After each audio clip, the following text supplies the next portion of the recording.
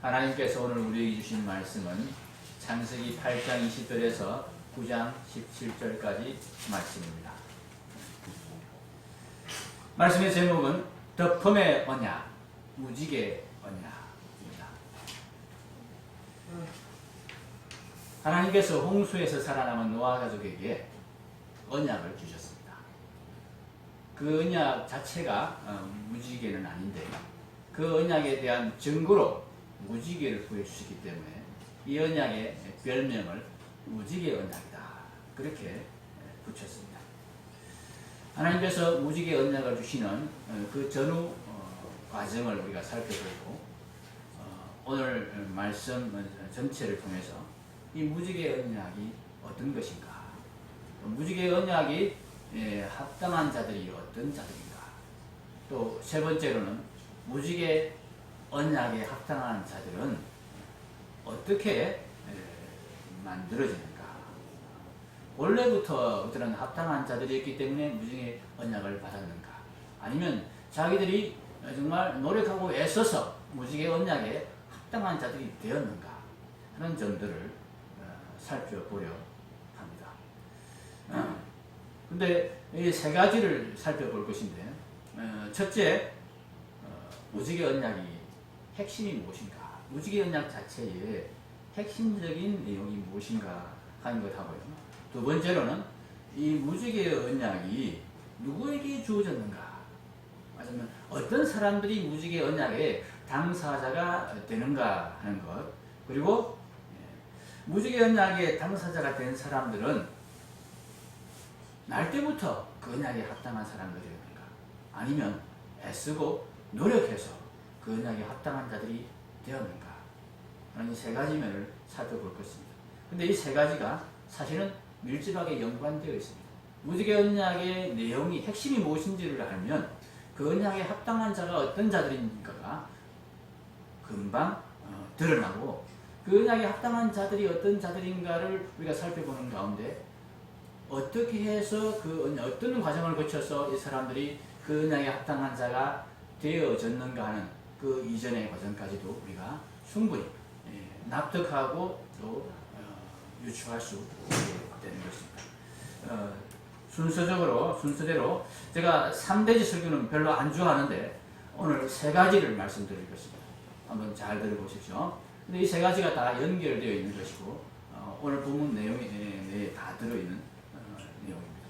첫 번째로 무지개 언약의 핵심이 무엇인가 하는 것을 우리가 오늘 본문을 통해서 살펴볼 것입니다. 본문은 무지개 언약을 딱 한 절로 이야기하고 있지 않습니다. 8장 20절부터 9장 17절 전체가 무지개 언약에 관련된 내용입니다. 근데 실제로 무지개 언약의 내용을 요약적으로 표현한 구절은 9장 11절입니다. 11절을 한번 다 같이 읽어보겠습니다. 11절. 내가 너희와 언약을 세우리니 다시는 모든 생물을 홍수로 멸하지 아니할 것이라. 땅을 멸할 홍수가 다시 있지 아니하리라. 아멘. 다시는 모든 생물을 홍수로 멸하지 아니할 것이라 하신 이 약속이 무지개 언약의 핵심적인 내용, 요약적인 내용입니다. 별로 어렵지 않은 문장이죠. 그런데 이 단순한 문장을 약속으로 주시면서 하나님께서는 그냥 이 문장 하나만 툭 던져주시지 않았다는 것입니다. 이 약속을 주시기 위해서 하나님께서 그 이전에 준비 과정을 하나님께서 많이 거치시고는, 그리고 준비 과정을 거친 자들에게 이 언약을 주시기 전에 먼저 축복의 말씀을 또 주시고 그 다음에 언약을 주십니다. 8장 20절부터 22절까지의 말씀이 노아 가족이, 방주에서 살아남은 노아 가족이 이제 방주에서 나와서 하나님의 이 무지개 언약을 받기 전에 어떤 일을 했는지를 기록한 내용입니다. 그리고 그렇게 하나님께서 그들의 8장 20절부터 22절까지가 무슨 내용이죠? 노아 가족이 방주에서 나와서 하나님께 번제를 드린 내용을 기록하고 있는 것입니다. 이 번제를 드린 노아 가족에게 하나님께서 그 번제를 받으시고는 언약을 말씀하신 것입니다. 언약을 주신 것입니다. 그 언약을 주시기에 앞서서 하나님은 9장 1절부터 7절까지 해서 그들에게 복을 약속하셨습니다. 그들을 축복하셨습니다. 이전에 첫 창조 때 주신 그 만물을 다스리는 권세보다도 더 큰 권세를 그들에게 주시면서 생육하고 번성하라. 그렇게 할 수 있도록 너에게 이 모든 권한을 주겠다. 이제는 식물만 그들에게 먹이를 주셨는데 이제는 동물까지 육식까지 허용하면서 이 모든 것을 너희가 마음대로 해도 된다 하는 축복의 말씀을 주시는 것입니다. 단 하나 생명을 하나님께 속한 것으로 인정하는 전제하에서 피는 먹지 말라. 왜 피를 먹지 말라고 하시느냐 하면 피는 생명을 상징하는 것이기 때문에 생명의 주인이 하나님이시다 하는 것을 기억하라는 것입니다. 인정하라는 것입니다. 마음대로 이게 식물은 살아있는 것 같이 생명같이 우리가 잘 못 느낄 때가 많습니다. 근데 동물을 잡아먹을 때는 마치 생명을 내가 마음대로 잡아먹고 마음대로 내가 처리할 수 있는 것처럼 그렇게 사람이 우쭐대기 쉽습니다. 그래서 동물을 먹을 수 있도록 하나님 허락하시면서 이렇게 경고를 하신 것입니다. 어디까지나 생명의 주인은 하나님이시라는 것을 너희들이 기억해라. 잊지 말아라. 인정하면서 이 동물들을 잡아먹어라. 그렇게 하나님이 말씀하신 것입니다. 첫 창조 때보다 더 큰 범위로 인간에게 만물을 다스리고 정복하고 마음대로 이용할 수 있는 그런 권한을 노아 가족에게 주셨던 것입니다. 그러면서 이제 9장 8절부터 11절까지 해서 무지개 언약을 말씀하신 것입니다. 내가 다시는 모든 생물을 홍수로 멸하지 아니할 것이라. 땅을 멸할 홍수가 다시 있지 아니할 거다. 이 약속을 주신 것입니다. 그리고 12절부터 이제 17절에 이 약속에 대한 증거를 주십니다. 이 약속을 잘 이해하지 못할까 싶어서, 이 약속을 잘 믿지 못할까 싶어서, 이 약속의 의미가 무엇인지를 잘 해석하지 못하고 깨닫지 못할까 싶어서 하나님께서 부연 설명을 해주시는 것입니다. 그리고 확실히 믿고 이 약속을 붙들도록 증거를 주시면서 믿음을 독려하시는 것입니다. 그것이 12절에서 17절에 말씀한 무지개입니다. 언약 자체가 무지개는 아닙니다. 그런데 언약을 주시면서 언약을 잘 이해하게 하시고 언약을 굳게 믿게 하시기 위해서 언약의 증거로 무지개를 주시겠다. 그렇게 말씀하십니다. 근데 이 무지개를 주시는 내용 중에 이 언약의 핵심적인 내용들을 우리가 잘 이해할 수 있는 단서가 보입니다. 자, 그것이 바로 구름입니다. 구름. 13절에 보시면 언약의 증거를 주겠다 말씀해놓고 13절에 내가 내 무지개를 구름 속에 두었나니 이것이 나와 세상 사이의 언약의 증거니라 이렇게 말씀하십니다. 13절 같이 한번 읽어보겠습니다. 내가 내 무지개를 구름 속에 두었나니 이것이 나와 세상 사이의 언약의 증거니라. 무지개가 언약의 증거다. 그렇게 말씀하십니다. 그런데 여기에 구름이 등장합니다. 구름이 한 번만 등장하면 이 구름이 별로 중요한 이야기가 아니고 중요한 단어가 아니라고 우리가 무시하고 넘어갈 텐데 계속해서 구름이 등장합니다. 무지개를 구름 속에 두었다. 그렇게 말씀하시면서 14절을 같이 다시 한번 읽어보겠습니다. 내가 구름으로 땅을 덮을 때에 무지개가 구름 속에 나타나면 자 여기에서 14절에 구름이 몇 번 나옵니까? 구름이 2번 나옵니다. 근데 무지개는 몇 번 나옵니까? 1번 나옵니다. 그런데 정확하게 이 히브리어로 이 문장을 읽으면 구름이 3번 나옵니다. 왜냐하면 구름의 본래 뜻이 덥다는 뜻입니다. 구름이란 말이 덥다는 뜻에서 왔습니다. 그래서 우리말로는 구름과 덮는 것이 전혀 연관성이 없지만은 히브리어로 읽으면은 이렇게 되는 것입니다. 구름이 덮게라는 뜻, 덮음 혹은 덮게라는 그런 뜻이라는 얘기입니다. 내가 덮음으로 땅을 덮을 때에 무지개가 덮음 속에 나타나면 이렇게 읽힌다는 것입니다.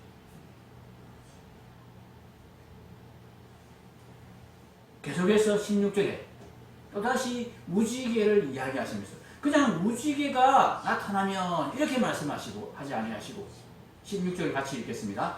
무지개가 구름 사이에 있으리니 내가 보고 나 하나님과 모든 육체를 가진 땅의 모든 생물 사이에 영원한 언약을 기억하리라. 이렇게 말씀하시는 것입니다.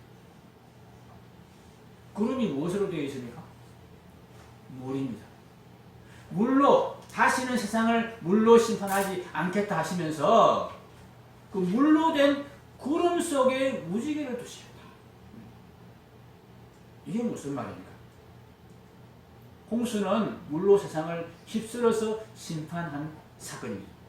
물이 세상을 휩쓸어 내버린 것입니다. 물이 세상을 모든 생물을 죽여버린 그런 물이 되었습니다. 그런데 이제 무지개를 구름 사이에 두겠다. 덮음 사이에 두겠다. 이 구름 속의 무지개를 볼 때마다 다시는 물이 너희를 휩쓸어가는 물이 아니고 너희를 죽이는 물이 아니고 오히려 이 물이 너희를 덮어주는 물이 된다는 내 약속을 너희들이 기억해라. 내가 다시는 물로 세상을 심판하지 않겠다. 오히려 물로 너희를 덮어서 살리는 일을 내가 할 것이다. 사실은 하나님께서 노아 홍수를 통해서 홍수 사건을 통해서 우리에게 보여주시는 물의 의미가 이것입니다. 본래는 하나님께서 물을 통해서 우리를 휩쓸고 심판하고 우리를 죽이려 하신 것이 아니라 물을 통해서 우리를 구원하시려는 계획을 하나님은 가지고 계셨습니다. 근데 그것을 사람들이, 인간들이, 죄인들이 이해하지 못하기 때문에 하나님께서는 먼저 물로 세상을 심판하시는 장면을 보여주시면서 그 물이 세상을 휩쓸고 세상을 그렇게 죽임으로써 너희를 구원하는 것이 아니라 이 물이 결국은 너희를 구원하는 물이 될 터인데 이 물이 너희를 덮음으로써 구원하게 될 것이다 하는 약속을 주시는 것입니다.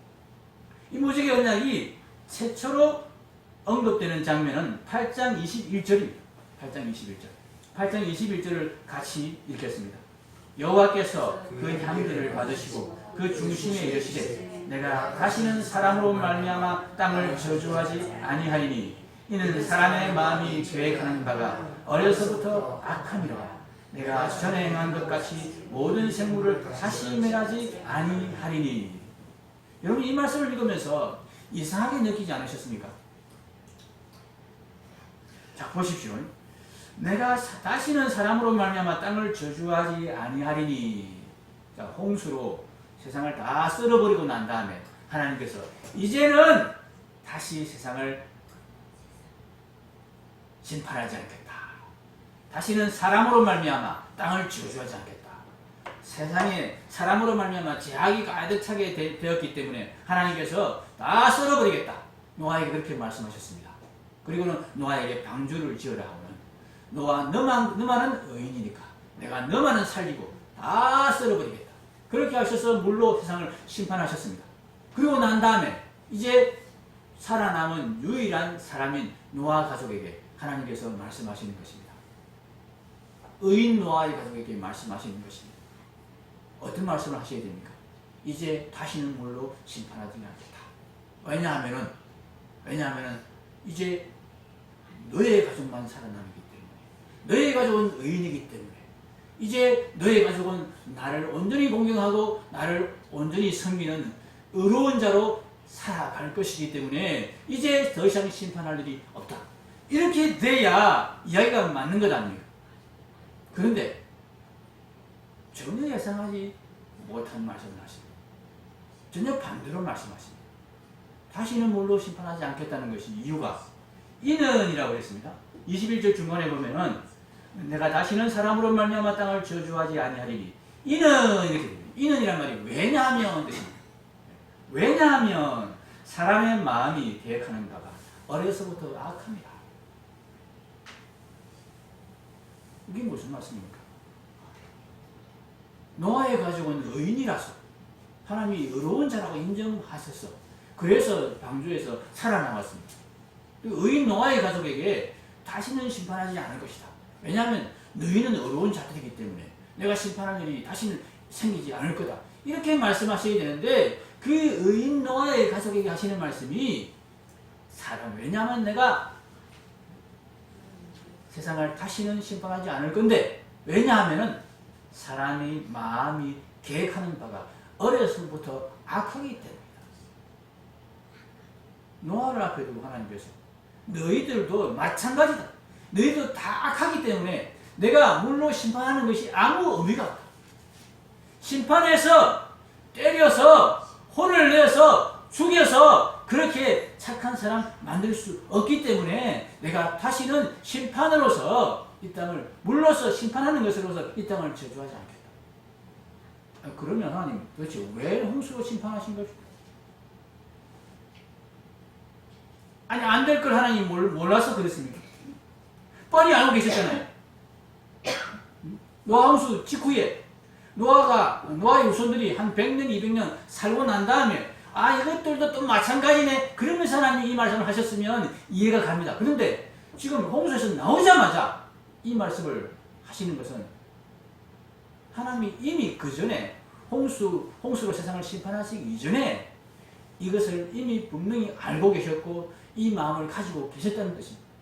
노아가 어렵기 때문에 사실상 홍수 심판에서 살아남은 것이 아니라는 뜻입니다. 노아도 마찬가지야. 그러면 왜 똑같이 악인에 불과한 노아도 마찬가지로 어려서부터 그 마음에 생각하는 바가 악한 그런 인간에 불과한데 왜 노아는 살리시고 다른 모든 인간들은 죽이시는 그런 홍수의 심판을 하나님이 하셨나 하는 것입니다. 우리에게 이 무지개 언약을 알려주시기 위해서, 우리에게 무지개 언약을 받아들이게 하기 위해서, 무지개 언약 받기에 외에는 우리가 살 수 있는, 우리가 구원받을 수 있는 길이 없다는 것을 뼈저리게 깨닫고 받아들이게 하기 위해서 하나님께서는 노아 홍수를 통해서 세상을 심판하셨습니다. 그리고는 노아 가족에게 이 말씀을 하시는 것입니다. 하나님이 이 말씀이 옳다는 것이 노아의 가족들이 계속해서 살아가는 그 이후의 역사를 통해서 증명이 됩니다. 노아는 당세의 의인이라. 6장 9절을 보시기 바랍니다. 6장 9절을 찾아보십시오. 이것이 노아의 족본이라. 노아는 의인이요 당대의 완전한 자라. 이렇게 인정받은 노아입니다. 이 완전한 함의 의미가 또 다른 의미가 있지만 분명하게 노아는 다른 사람들과 구별되는 그런 삶을 사는 사람입니다. 그런데 이 노아의 후손들 가운데에서 또 어떤 사람들이 나오느냐? 노아의 후손 가운데서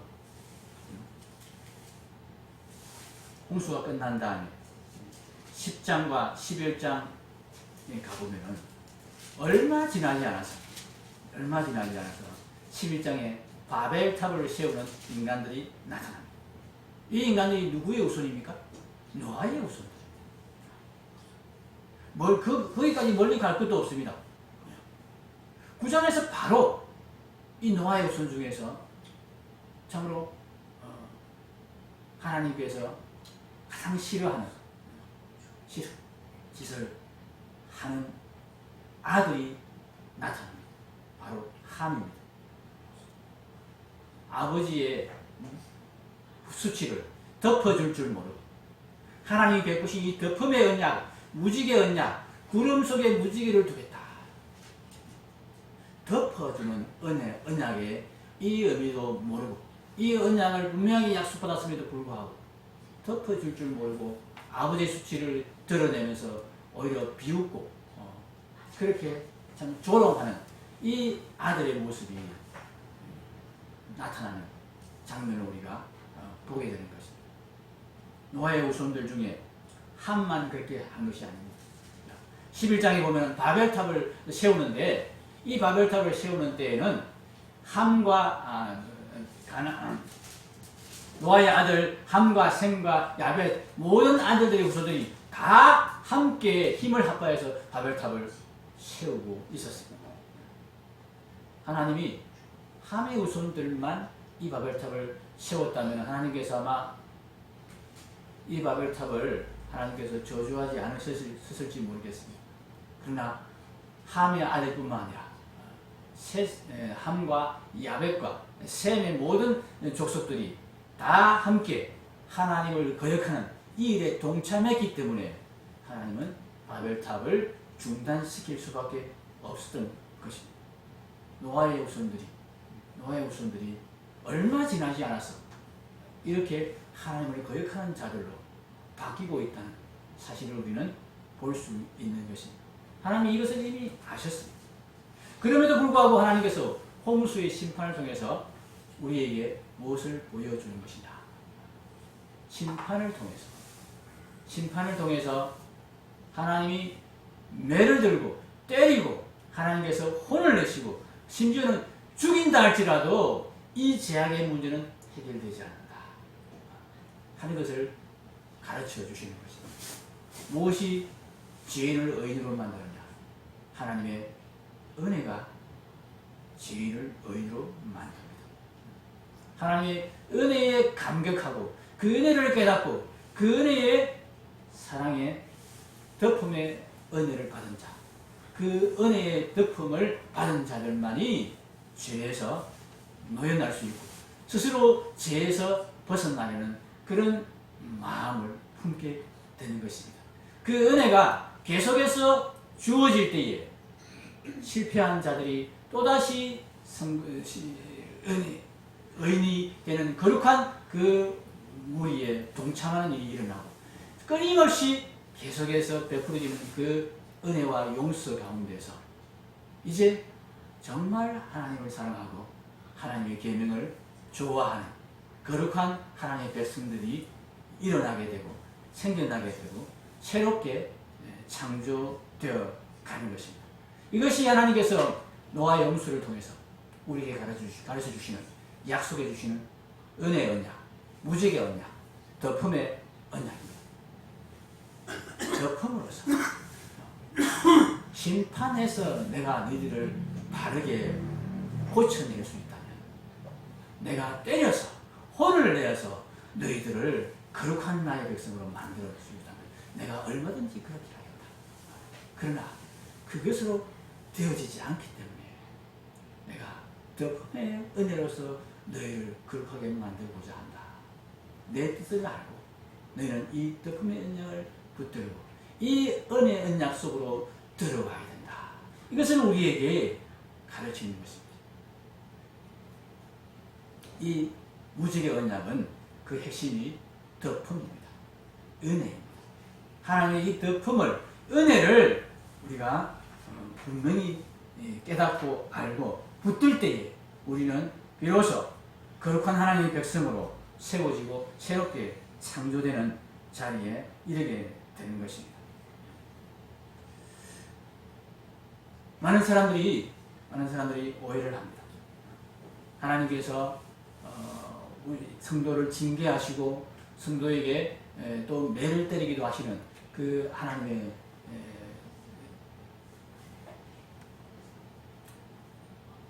진노나 징계들이 우리를 올바르게 참 거룩한 성도로 만들어가는 그런 큰 영향력이 있다고 오해를 합니다. 그러나 그 하나님의 진노는 결코 진노가 아니고 하나님의 덮음의 언약 속에서, 덮음의 은혜 속에서 이루어지는 일이라는 것을 우리가 잊으면 안 됩니다. 하나님이 사랑하시기 때문에 징계하는 것이고, 하나님이 우리를 정말 아끼시기 때문에 하나님이 매를 때리시는 것이지, 하나님이 아끼지 아니하시고 사랑하지 아니하시고 덮음의 언약 속에, 덮음의 이 은혜 속에 있지 않은 자들에게는 매도 때리지 아니하시고 하나님이 징계도 하지 않으신다는 사실을 우리는 잊지 말아야 됩니다. 하나님의 그 품에 언약, 그 은혜 속에 우리가 있기 때문에, 그것을 붙드는 자들이 우리가 되었기 때문에, 그 가운데서 하나님께서 우리를 거룩하게 만들어 가시고, 우리를 거룩하게, 우리 어렵게 만들어 가시는, 우리를 정말 구원해 가시는 하나님의 은혜가 때로는 매로, 때로는 징계로, 때로는 위로로, 때로는 참 우리에게 좋은 것을 주시면서 격려하는 그런 격려로 나타나는 것이라는 것을 우리가 잊지 말아야 됩니다. 그래서 이 무지개의 언약을 누구에게 주시느냐? 두 번째 물음에 대한 답을 우리가 할 수 있습니다. 무지개의 언약을 하나님은 노아의 가족들에게 주시는데 언제 주시는지를 우리가 살펴봐야 됩니다. 노아가 방주에서 나오자마자 주신 것이 아닙니다. 노아의 가족이 방주에서 나오자마자 가장 먼저 한 일이 무엇입니까? 8장 20절에 노아가 여호와께 제단을 쌓고, 8장 19절에 땅 위의 동물 곧 모든 짐승과 모든 기는 것과 모든 새도 그 종류대로 방주에 나왔더라. 18절에 노아가 그 아들들과 그의 아내와 그 며느리들과 함께 나왔고, 노아가 나왔습니다. 방주에서 나왔습니다. 근데 제일 처음 한 일이 20절에 여호와께 제단을 쌓고 모든 정결한 짐승과 모든 정결한 새 중에서 제물을 취하여 번제로 제단에 드렸다. 이 번제를 드렸을 때 여호와께서 그 향기를 받으시고 이렇게 언약을 주신 것입니다. 21절 말씀 같이 다시 한번 읽겠습니다. 여호와께서 그 향기를 받으시고 그 심에 이르시되 내가 다시는 사람으로 말미암아 땅을 저주하지 아니하리니 이는 사람이 마음에 계획하는가 어려서부터 악함이라. 내가 전에 행한 것 같이 모든 생물을 다시 멸하지 아니하리니. 번제를 드렸을 때에 하나님이 그 번제단 앞에서 노아에게 이 언약을, 무지개의 언약을 주신 것입니다. 그럼 번제가 어떤 번제입니까? 제사 중에서 가장 대표적인 제사가 번제입니다. 제사 중에 첫 번째로 등장하는 제사가 번제고, 성경에서 매일 아침 저녁으로 반복해서 드려졌던 번제, 제사가 번제입니다. 번제는 하루도 빠지지 않고, 다른 제사는 수시로 드렸지만, 때로 필요할 때마다 드렸지만, 이 번제만큼은 매일같이, 그것도 아침 저녁으로 항상 성경에서, 성막에서 드려졌던 제사였습니다. 이 번제가 모든 제사의 대표 제사였습니다. 가장 중요한 제사였고, 가장 중요한 의미를 지니는 제사였기 때문입니다. 번제를 드리는 자가 제물을 드릴 때에 그 제물의 머리에 안수를 합니다. 안수를 해요. 그럼 안수의 뜻이 무엇입니까? 안수의 의미가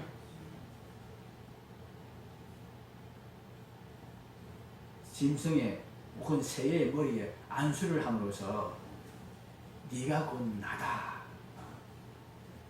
네가 나를 대신하는 존재다. 이것을 안수를 함으로써 표시를 하는 것입니다. 이 번제물은 지금 어떻게 됩니까? 제단 위에 올라서 죽임을 당하고 다 각을 뜹니다. 각을 뜬다는 말 아시죠? 반듯반듯하게 다 자른다는 얘기예요. 각을 떠서 번제단 위에 올려서는 다 태워서, 하나도 남김없이 다 태워서 드리는 번제가, 제사가 번제입니다. 다른 제사들은 일부만 드리고 나머지는 제사장이 먹거나 또 제사를 드리는 사람들이 나누어 먹는 그런 제사였습니다. 일종의 잔치 같은 제사를 드리기도 했습니다. 그런데 번제만큼은 그렇게 드리지 않았습니다. 제물의 머리에 안수한다면 그 제물을 송두리째 다 가죽만 딱 하나 남겼습니다. 그리고는 모두 다 태워서, 하나도 남김없이 태워서 그렇게 하나님께 올려드리는 번제가, 제사가 번제였습니다. 그 번제물에 안수를 한다는 이야기가 무슨 뜻입니까? 내가 바로 이 제물입니다. 내가 이렇게 하나도 남김없이 다 태워 드려야 하는 그런 제물입니다. 그 번제 제물의 머리에 안수하는 그 고백이 무슨 고백입니까? 나는 하나님 앞에 아무것도 드릴 수 있는, 내게는 하나님 앞에 내놓을 게 아무것도 없는 그런 존재입니다. 내 안에 있는 것들은 다 태워버려야 되는 그런 죄악만 내 안에 가득한 존재가 바로 나입니다. 이것을 자백하고 고백하는 것이 번제의 의미입니다. 노아를 어떻게 하나님께서 인정하셨습니까? 6장 9절에 노아는 의인이요 당대의 완전한 자라. 그런데 정작 노아 자신은 하나님 앞에 어떻게 고백합니까? 나는 아무짝에도 쓸모없는 죄인일 뿐입니다. 나는 하나님께 드릴 것이 정말 태워드리는 것 외에는 하나님께 그대로 내어놓을 것은 아무것도 없는 자. 속속들이 나는 죄인일 뿐이고, 나는 어려서부터 그 계획한 바가 악한 그 죄인인 인간일 뿐입니다. 하나님, 이것을 노아가 방주에서 나오자마자 번제로 하나님 앞에 고백하는 것입니다. 이런 자들이 하나님의 은혜의 언약의 당사자가 됩니다. 무지개 언약을 받게 됩니다. 하나님이 덮어주시는 그 은혜만이 내가 살 수 있는 길입니다. 내가 아무리 잘하고, 내가 아무리 노력하고, 내가 아무리 애쓰고, 내가 아무리 열심히 수고해도 그것으로는 내가 구원받을 수 없습니다. 내가 아무리 의롭게 그렇게 산다 할지라도 그것으로 하나님 앞에 인정받을 수 없습니다. 하나님의 덮음의 은혜가 없으면 나는 하나님 앞에 설 수 없는 자입니다. 나는 속속들이 내 안에 이 죄악은 어릴 때부터 내 안에 가득한 죄악이라서 내가 이 죄악을 스스로의 힘으로는 도저히 이길 수가 없습니다. 하나님 나를 덮어주시옵소서. 그 덮음의 은혜 가운데서, 하나님의 그 덮음 가운데서 내가 하나님을 향해서 나아갈 수 있게 해주시옵소서. 죄인이 하나님 앞에 나아갈 수 있는 유일한 길이 무엇입니까? 덮어주신 은혜 외에는 죄인이 하나님 앞에 나아갈 수 있는 길이 없습니다. 하나님께 가까이 나아감으로써, 하나님께 점점 가까이 나고 그 하나님을 닮고 하나님을 보므로써 우리는 점점 하나님의 의로운 형상이 되어갈 수 있는데, 덮음의 은혜가 없이는 하나님께 가까이 나아갈 수 없는 것이 인간의 실상입니다. 그래서 하나님께서 홍수로, 심판으로 너희가 나의 형상을 회복할 수가 없다. 내가 덮어주는 은혜, 이 은혜 안에 거할 때만이 너희가 나의 형상을 회복할 수 있다. 이것을 노아에게 가르쳐 주시고 이 언약을 주시는 것입니다. 자신이 정말 속속들이 죄인이고 덮음의 은혜 외에는 하나님께 나아갈 수 있는 그런 존재가 못 된다는 것을 분명하게 인식하고 깨닫고 자백하는 자들만이 이 언약을 붙들게 되는 것입니다. 그래서 이런 자들에게 하나님은 무지개 언약을 베푸시는 것입니다. 번제를 드리는 노아와 노아의 가족에게 하나님이 무지개 언약을 베푸셨다 하는 것입니다. 자, 그럼 마지막 질문 같이 한번 생각해 봅시다. 노아는 혹은 노아의 가족은 어떻게 이런 은혜 언약을 붙드는 자가 되었는가? 노아가 처음부터, 날 때부터 이런 고백을 하는 사람으로 태어나고 이런 은혜 언약을 붙드는 자로서 그렇게 태어났는가? 아니었을 것입니다. 그러면 노아가 태어난 이후로 열심히 노력하고 애써서 정말 하나님의 은혜 언약을 붙드는 그런 자로 자신을 갈고 닦아서 그렇게 은혜 언약을 붙드는 자가 되었는가? 우리가 아벨의 모습을 보면은 아벨은 태어날 때부터 처음부터 하나님의 은혜 언약을 붙드는 그런 자의 모습으로 나타납니다. 그래서 아벨만 보면은 태어날 때부터 그런 사람이 있구나 하는 착각을 우리가 할 수 있습니다. 그러나 아벨 이후에 아벨을 대신한 셋의 후손들을 보면은 아벨을 대신한 사람이 셋이고 그 셋의 후손들의 모습을 우리가 아벨의 후손이라 그렇게 칭할 수 있습니다. 이 아벨의 후손들을, 그 셋의 후손들의 모습을 보면은 결코 그들이 날 때부터 그러지 않았다는 것을 우리가 알 수 있습니다. 또한 그들이 태어난 이후에 열심히 애쓰고 노력하는 가운데 그런 모습을 계속 유지해 갔다고 할 수 없다는 것을 볼 수 있게 됩니다. 셋의 후손들은 정말 이 언약을 붙들고 정말 자녀를 낳는 일에 온 힘을 다했던 그런 후손들이었습니다. 그런데 그 셋의 후손들이 결국은 어떻게 되었느냐? 가인의 후손들의 모습을 그대로 따라가는 것을 우리가 확인할 수 있습니다. 그래서 노아 홍수의 심판이 일어났던 것입니다. 하나님의 아들들이 사람의 딸들의 아름다움을 보고 그들과 합하여 자녀를 낳아서 용사의 꿈을 꾸었다 하는 것입니다. 가인의 후예들은 용사의 꿈을 꾸었습니다. 자기들의 힘으로 자신의 인생을 개척하고 세워나가려는 그런 시도들을 했습니다. 하나님은 그것이 아니라고 말씀하십니다. 나의 덮음의 은혜 속에서 내 은혜 가운데서 너희는 은혜를 붙들고 하나님의 은혜가 아니면 우리는 살 수 없습니다. 이 신앙 고백을 하고 이 은혜를 붙드는 자리에서 너희가 새로운 인생을 얻을 것이다. 새로운 생명을 얻을 것이다. 이렇게 말씀하시는데 그 은혜 언약을 계속 붙들어야 될 노아의 후손들, 아니 셋의 후손들이, 아벨의 후손들이 그 은혜 언약을 버려버리고 가인의 후손들이 뒤를 따라간 것입니다.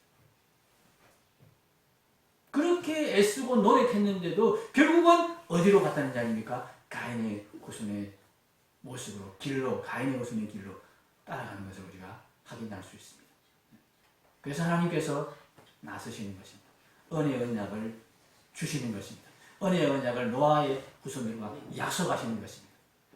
그리고 그들을 은혜의 언약으로 덮어주시겠다고 약속하시는 것입니다.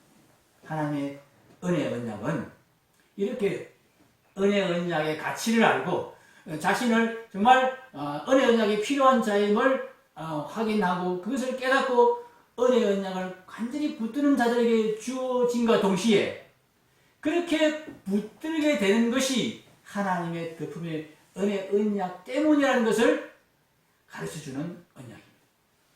하나님은 이후로 계속해서 가르쳐 주십니다. 우리는 마땅히 하나님의 은혜 언약을 붙들어야 됩니다.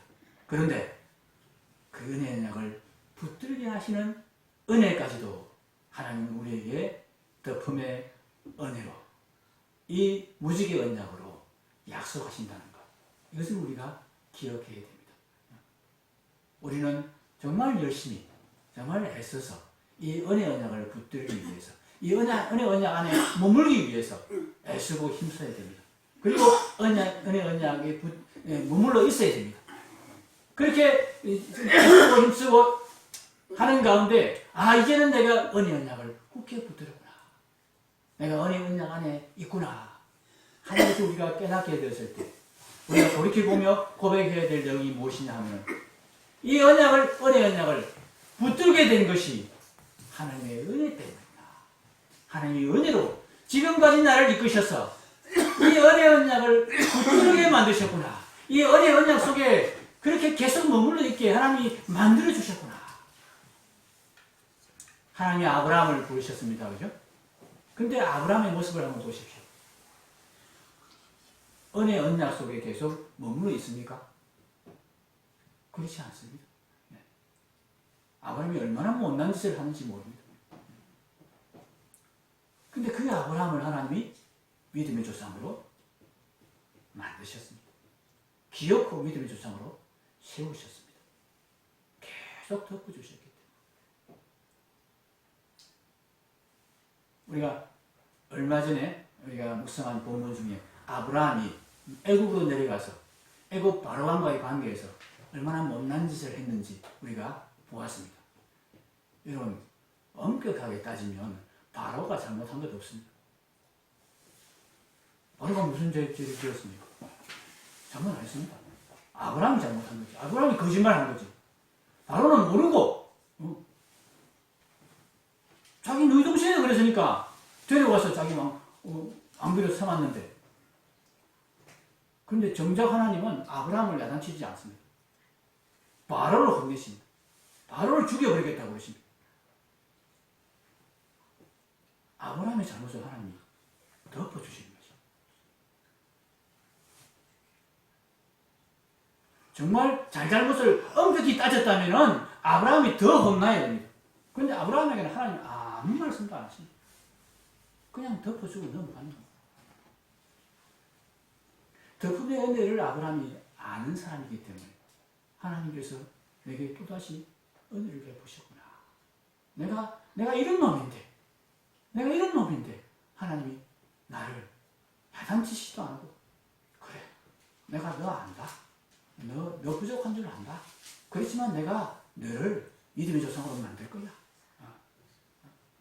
내가 너를 덮어줘서 계속 덮어줄 테니까 너는 그 덮음의 은혜 가운데서 내가 얼마나 너를 사랑하는지, 내가 얼마나 너를 예뻐하는지, 내가 얼마나 큰 능력으로 너를 지키는지 네가 한번 경험해보고, 그것을 정말 깨닫고 이 덮음의 은혜 가운데 머물기를 소원하며 덮음의 은혜를 굳게 붙잡고 있으면 돼. 아브라함에 이렇게 말씀해 주시는 것입니다. 이렇게 하나님이 덮음의 은혜로 그를 붙들어서 결국은 아브라함은 하나님의 은혜를 붙드는, 하나님, 제가 열심히 하고 제가 노력하고 제가 애쓴다고 되는 것 아니지만 하나님의 덮음의 은혜가 나를 의인으로 만들고 나를 하나님의 백성으로 만들고 하나님 자녀로 만들어갈 줄 믿습니다. 언제까지나 나는 이 덮음의 은혜 안에 머물러 있겠습니다. 하나님의 이 은혜 언약을 붙들고 살겠습니다. 그렇게 하나님 앞에 고백하는 믿음의 조상이 되었던 것입니다. 사랑하는 성도 여러분, 하나님의 은혜가 없으면, 하나님의 덮음의 은혜가 없으면 우리는 영원한 멸망으로 끝이 나는 아무런 소망 없는 존재입니다. 그런데 하나님의 덮음의 은혜가 우리에게 임했기 때문에 우리는 소망을 가질 수 있게 되었습니다. 이 덮음의 은혜 가운데 머물러 있는 것이 우리의 생명의 비결입니다. 때로 우리가 엉뚱한 짓을 하기도 합니다. 그러나 하나님은 그 가운데서도 계속해서 덮음의 은혜를 거두지 아니하시고 끝까지 우리를 덮어주실 것입니다. 그럴 때 우리가 어떻게 반응해야 됩니까? 덮어주시니까 죄를 마음대로 지어도 돼. 그냥 마음대로 살아도 돼. 우리가 그렇게 방종해야 되겠습니까? 끝까지 우리를 붙들어주시는 하나님의 은혜를 믿고 다시 한번 그 덮음의 은혜 가운데서 내가 다시 한번 또 시작하자. 다시 새롭게 하시는 하나님의 은혜를 힘입어서 내가 의로운 길로, 하나님의 생명의 길로, 그리고 하나님의 모습을 닮아가는 그 하나님의 행성을 회복하는 길로 내가 다시 나아가자. 이렇게 우리가 다시 새 힘을 내어야 되지 않겠습니까? 하나님 우리에게 결코 포기하지 않으시는 덮음의 은혜를 약속하셨다는 것, 이 무지개의 은혜를 우리에게 주셨다는 것을 기억하면서 하나님의 은혜를 끝까지 붙드는, 계속해서 애쓰고 힘쓰는 저와 여러분이 되시기를 주님의 이름으로 축복합니다.